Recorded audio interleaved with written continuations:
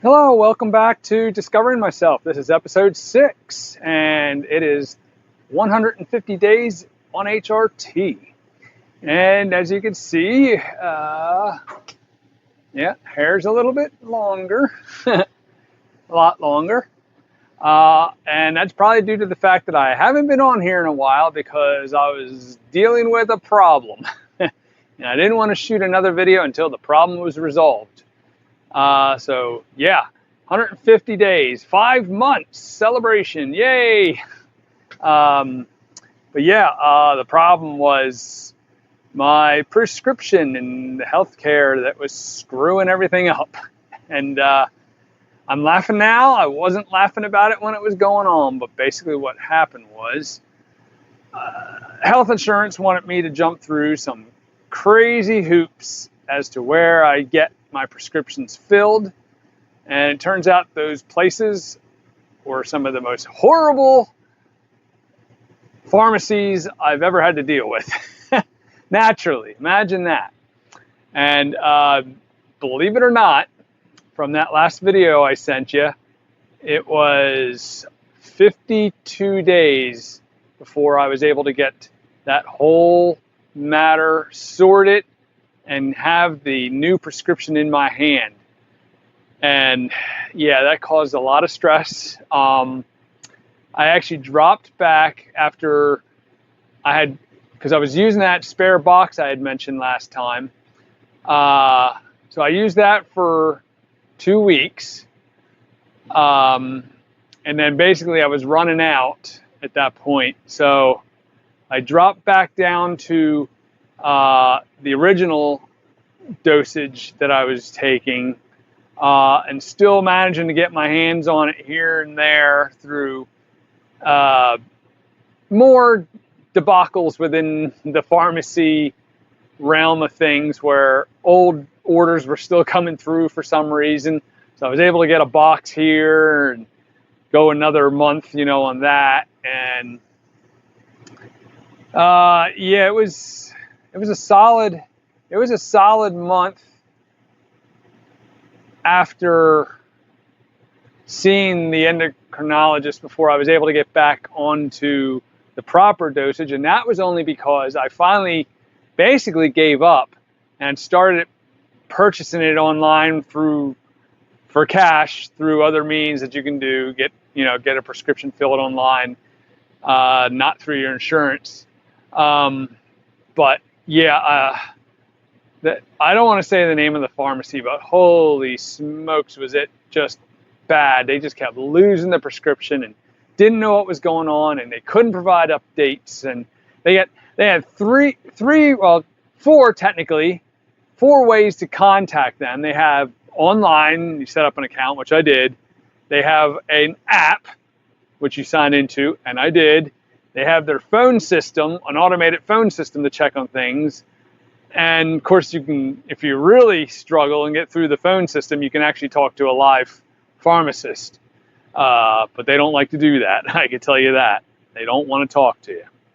And when they do, they were actually rather rude.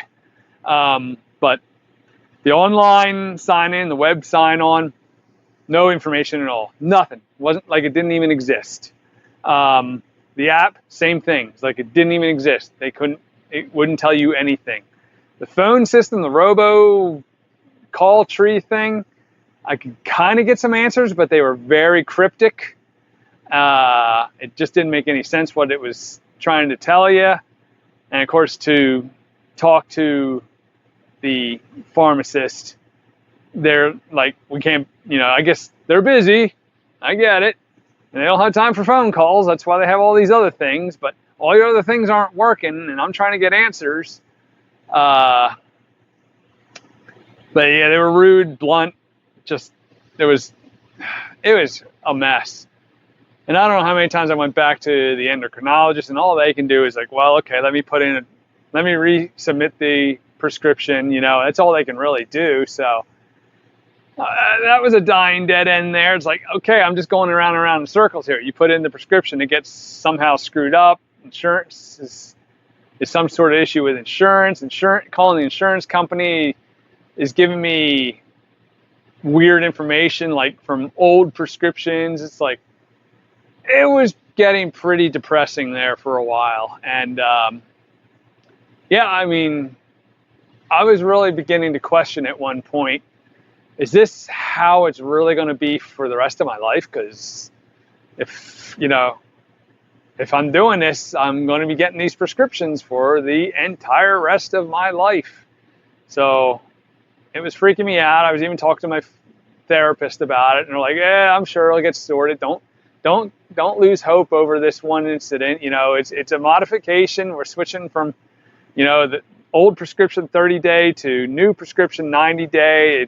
It's going to create some problems." It's like, all right, but in that time, I was really starting to lose hope in it, and I like, all right, I'm just going to spend the money and buy it cash, which isn't cheap. Yeah, you're probably, well,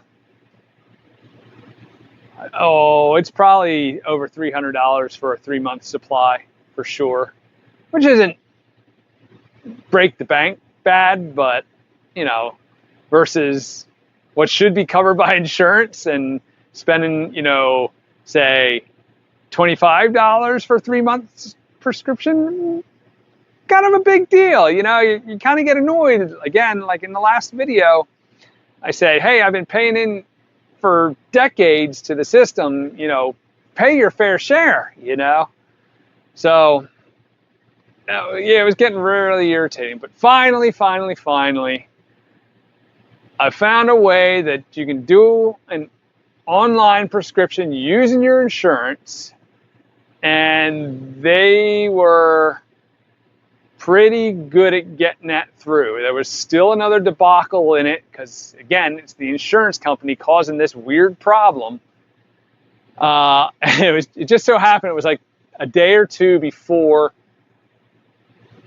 I ended up buying my own. I do have a spare supply now of quite a bit of estrogen on hand, but it was like a day or two after I had bought that finally got the notification that everything's good, we're sending it out. I'm like, thank you, oh my God, finally.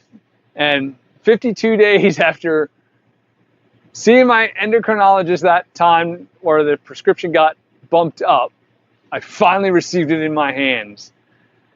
Whew. What a frickin' journey. And hopefully that'll be the last one, because now it's more or less just we're renewing exactly what you had the last time. So hopefully the next time it'll go right through. But long story short, I haven't really been on the new dosage. Like I was for that 2 weeks there initially, then I was off it. And I've only been back on it now again for the last 3 weeks. Yeah, it's been 3 weeks and a couple days now that I'm on the new dosage. So moving along in the right direction finally. My mood has vastly improved with that fiasco behind me. And yeah, real good, real happy. So let's see. Last time I mentioned I felt like I hit a plateau, and that lasted for a good 2 months. It just seemed like nothing was really going on. And it was about the same time as I finally got back onto the correct prescription here. And I'm sure it was just coincidence that I noticed, okay, I think we're moving again on certain things. I noticed my gym shorts don't fit the same as they did, particularly in the posterior. I like, man, they seem really tight. What the heck? I like looking in the mirror and it's like, yeah, like they're tight. and like underwear is printing through. I'm like, wow, okay. So apparently we got some fat redistribution going on that's supposed to be going on.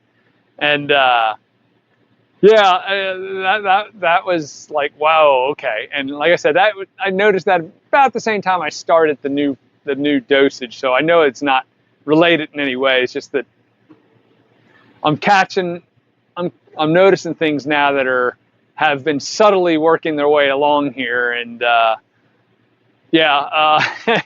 So that was one thing. Breast development is actually still continuing to. It's slow, which is to be expected. It's a multi-year thing, but it's still moving. I think the last time, which was day 97, I said, maybe I didn't even say it. I don't even remember if I said it. I said I could notice something was up when I would like lean forward, and then it become apparent that, oh, okay, yeah, there's something going on there for sure. I mean, it's obvious. Now at day 150, I don't have to lean forward anymore, and it's becoming obvious. If I put my arms up, it still hides everything. You can't tell nothing if I put my arms up. But if I let my arms down and this shirt was a little bit tighter, you're gonna probably start picking up on something. It's coming along there. So yeah, I don't know how much longer I'm gonna be able to keep going before I have to start thinking about putting on a sports bra or something like that. But it's starting to happen now. So we've crossed that point of no return that I talked about in the last video, and yeah, we're moving some things around. So the external changes are definitely starting to become a thing, and yeah, the obviously this hair is drawing a lot of attention now. It's still not tipping people off as to what's going on. They're just seeing a dude with long hair basically at this point. But I've been to a department meeting recently here that are only held like once every 6 months, so they're like, oh my God, what's going on here? You turned into a rock star or something? Stuff like that, you know. But yeah, it's catching attention there. What else? Oh, I forgot what I was going to say. That's all right. I'll pick something else here. The IPL I said was doing great. I think the IPL is about as far as it's going to go now. It seems like it's leveled off. I'm not seeing any more results than I already got, which is great because, I mean, the results have been dramatic. The armpits especially are I mean, it's stopped. I mean, I don't get anything in the armpits at all. And I think I know why certain things aren't working anymore. It seems like where skin is thicker, it's not as effective as where skin is thinner. So it's pretty thin under your arms. So it went after that like crazy. Whereas, say, my stomach, parts of the chest have a little thicker skin, and I don't think the IPL is able to penetrate as deep as it needs to penetrate. Now, I just discovered you can actually buy an at-home laser diode hair removal system. It's not cheap. Like, I forget what I paid, $250 for the IPL, which when I say IPL, it's just a strobe light. It's a strobe light with a UV filter on it. That's about all it is. The laser diode system, which is what I have professionally done when I go to the laser clinic, the power levels I mean, it's just a huge difference. I think, what was it? IPL is something like 3 or 4 joules of energy versus this laser module, which like is starting to push like 12, 13 joules. I mean, it's more than double the power. And I'm thinking about getting it. Yeah, $250 for the IPL, $1,200 for the laser module. I I may do it. I may do it. Because I think between the combination, like I said, that thicker skin and my lighter hair is just beyond what the IPL can do anything about at this point. So, I mean, don't get me wrong. I'm really happy where it's at. Like my arms, the hair, when it does come back, is so light and fine that I could probably just ignore it for a long time. But I usually just keep that shaved back. And yeah, I mean, it does work. And if you got darker hair, black hair, it's going to work great. I mean, it's going to penetrate deep enough. Like that's what that strobe light on that IPL needs. It needs that dark root down in the skin to absorb that energy and basically burn back those cells that actually create the hair in the first place. So yeah, my light hair, and of course in the summer I'm getting a darker complexion. It's a bad combination for an IPL. So yeah, so I'm thinking about it. It's a lot of money. I'm thinking about spending all kinds of money on things. So it's like I got to pick and choose. Again, I still want to get rid of the eyeglasses and get the LASIK done. So there, that's probably $3,000 right there. I don't think that's so much to go around. I mean, I got a pretty decent paying job, but not that good that I can just go blowing money left and right all the time. But yeah, I guess the next thing I want to cover is not physical, but actually the psychological matters. It's actually one of the things that brings me some of the most joy, actually, funny enough. As things keep developing and I have to learn new things and get my head wrapped around certain things, it's really interesting how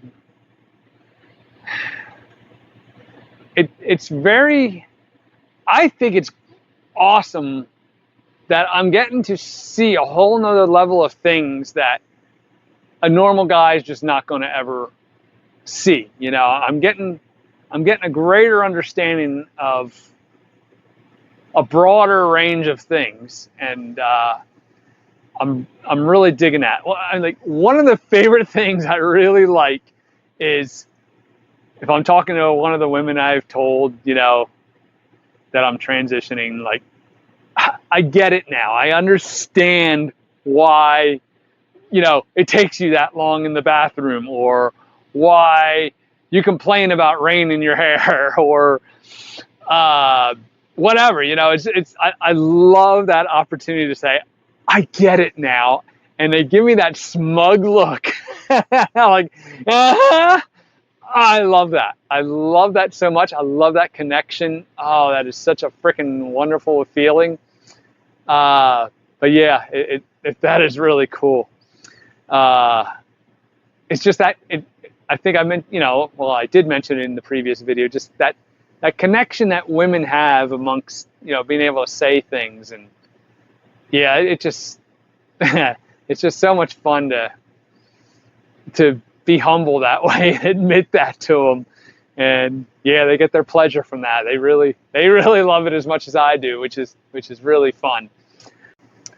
So I got a funny little thing to tell you here.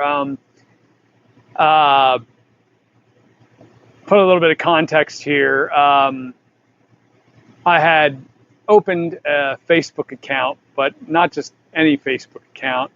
Mainly I got it for Marketplace because Craigslist is dead. But I figured if I'm going to open an account, I'm going to plan for the future. So I set it as my name that I intend to use in the future. And I also put the profile picture of a face app rendition, feminized to look roughly what I expect to look like in the future as my profile. So, you know, different person altogether in a sense. But Christine, who's that co-owner at the restaurant diner, who's very, very into me, you know, transitioning. You know, she's really got my back. She friend requests me. She finds me pretty quick somehow, and I accept it. No big deal.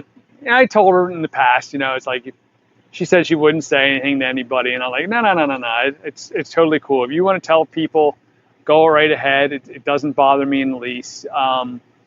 Everyone's going to find out eventually anyhow, but you know, do whatever you want. And I didn't hear nothing more than, you know, than that. So I don't know, a month or so goes by, and I get another friend request. This one's from her husband. Like, oh, wow, okay. Oh, it wasn't a friend recommendation. It was a friend request. And I'm like, okay. So I accept it, and I immediately text him because, you know, I text too, not on their messaging system, but just literally just regular text. And I said, so by that friend request, I'm assuming you're in the know? And he writes back, hey man, whatever makes you happy, you know, I got your back. I'm like, whoa, okay, well thanks, man. Give him the old little thumbs up emoji. And yeah, that was pretty crazy. Like, that's the first guy that knows about me transitioning and totally cool about it. So wow. And I ran into him later at the diner one day, and again, he's like, yeah, you know, whatever, man. If it makes you happy, it's none of my business. And you want me to call you by the new name? We'll call you by the new name. I said, no, not necessary, not necessary. You know, you can stick to the old name right now. I'm just feeling things through here. Let's not get crazy. He's like, cool, no problem, man. And yeah, totally awesome. So the only other funny part that I didn't consider was, if I do want to get anything off Marketplace, it creates kind of a problem, because that person that's messaging another Facebook user isn't this person right now. So yeah, so basically right now I use the excuse, I'll send my husband out to go pick it up. And that's how we're getting by right now. I fake that at the moment. So yeah, just funny little things that happen when you try to future plan things and didn't really think things through entirely. So yeah, that's how that has gone.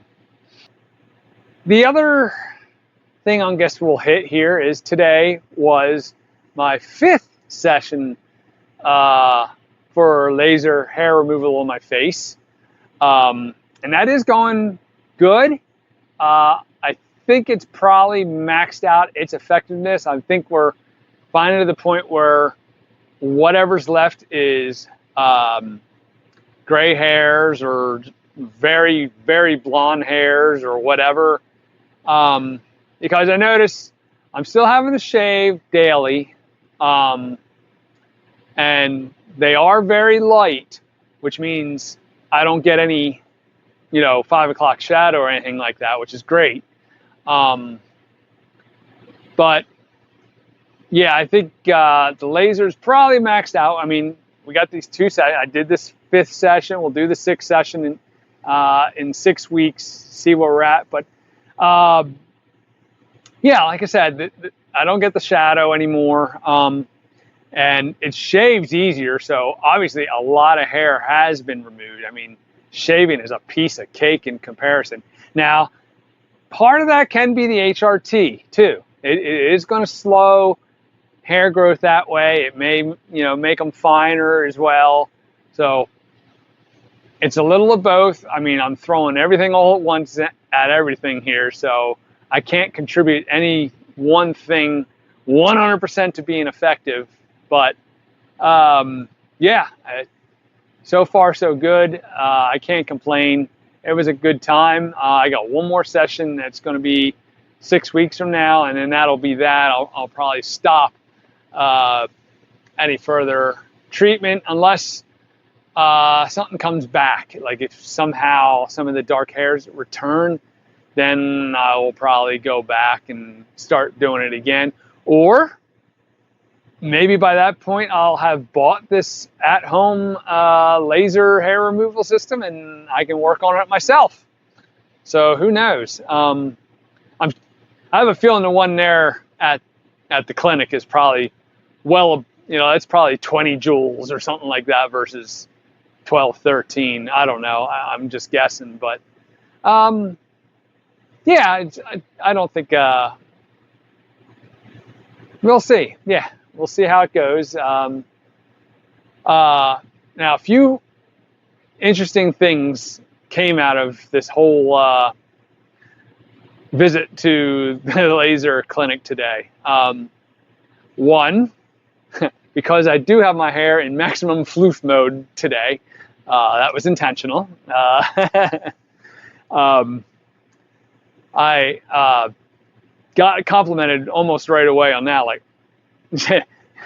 she says, your hair looks luxurious.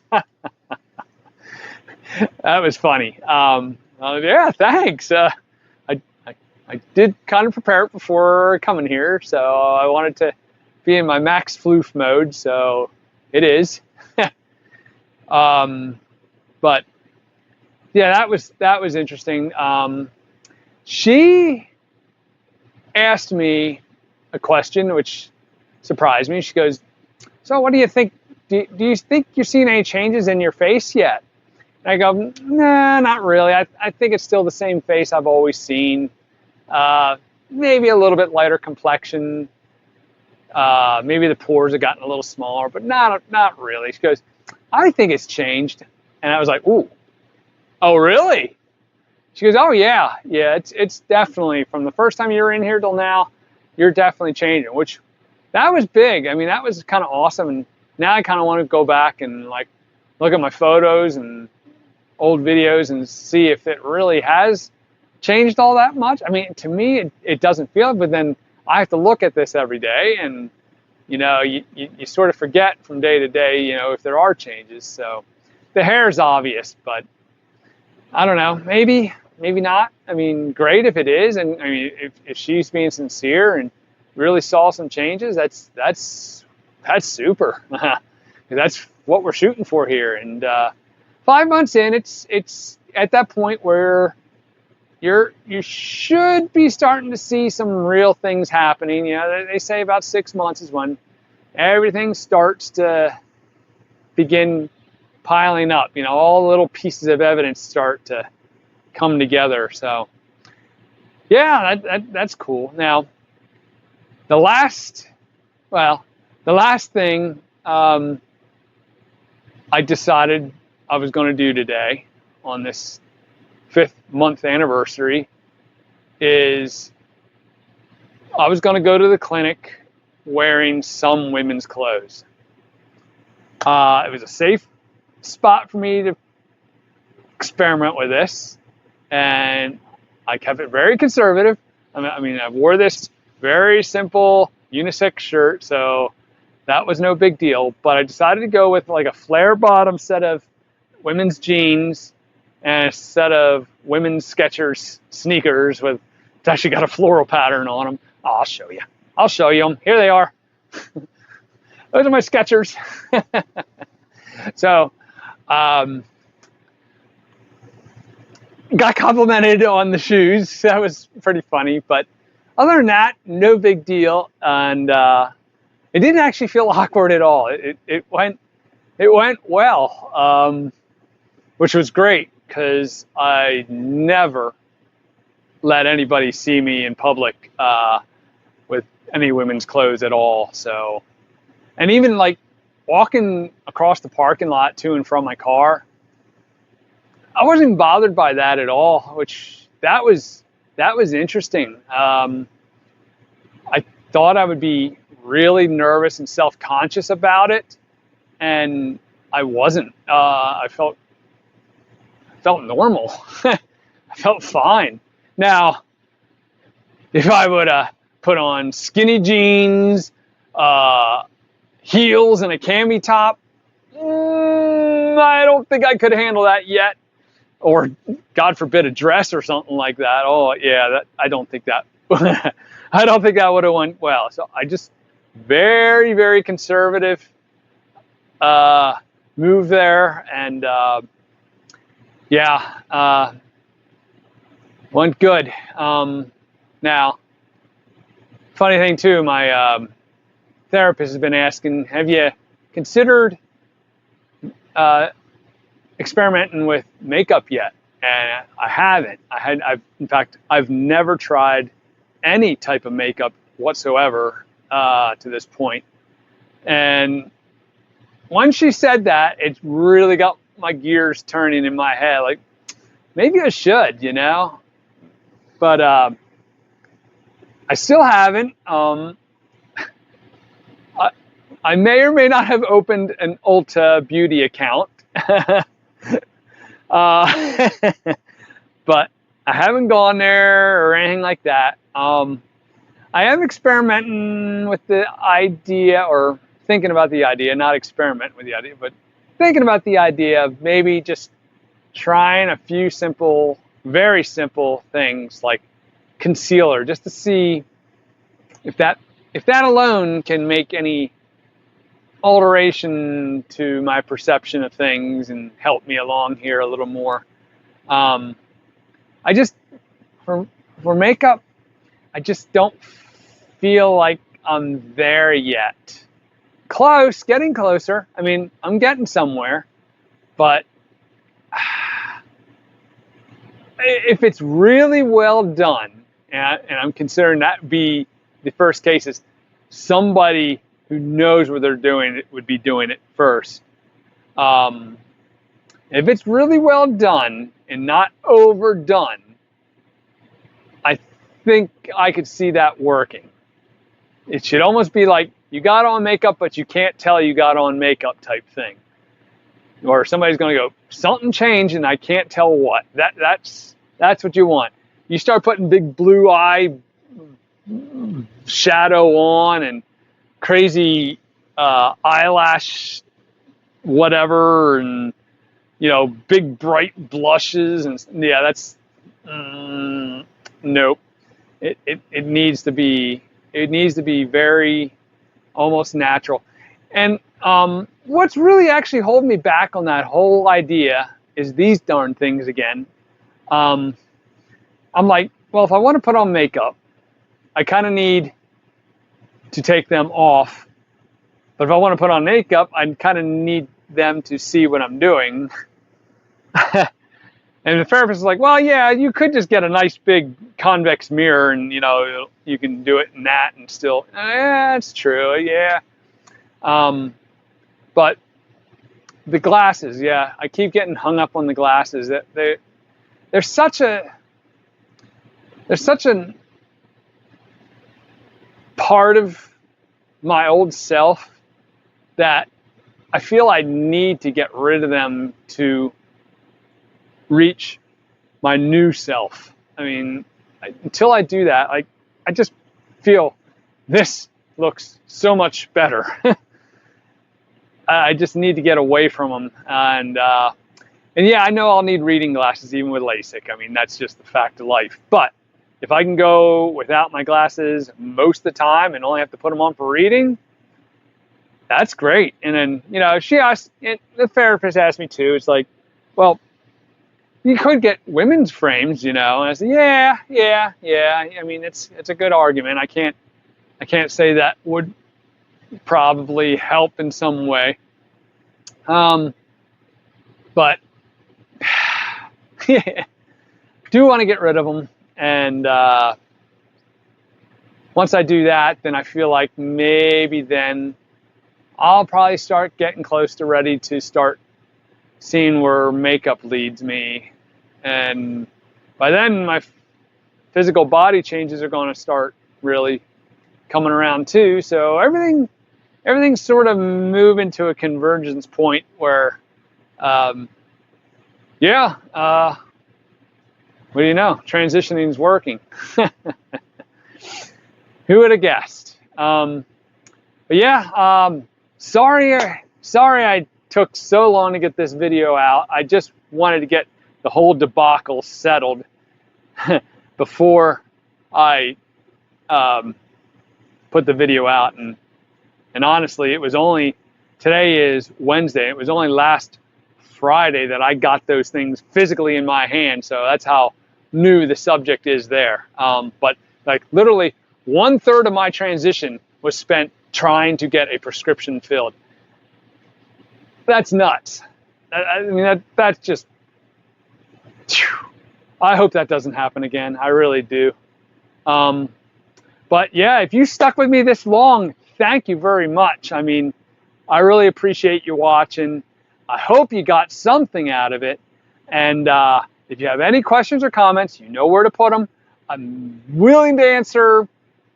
I'll answer, I don't want to say everything, but I'll answer 99% of anything you throw at me. How's that?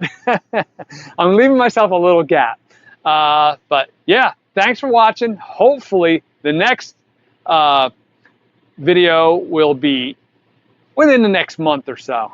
And yeah, we'll have a 6-month celebration. How's that? All right, guys, appreciate it. You guys all have a great one. See ya on the next one.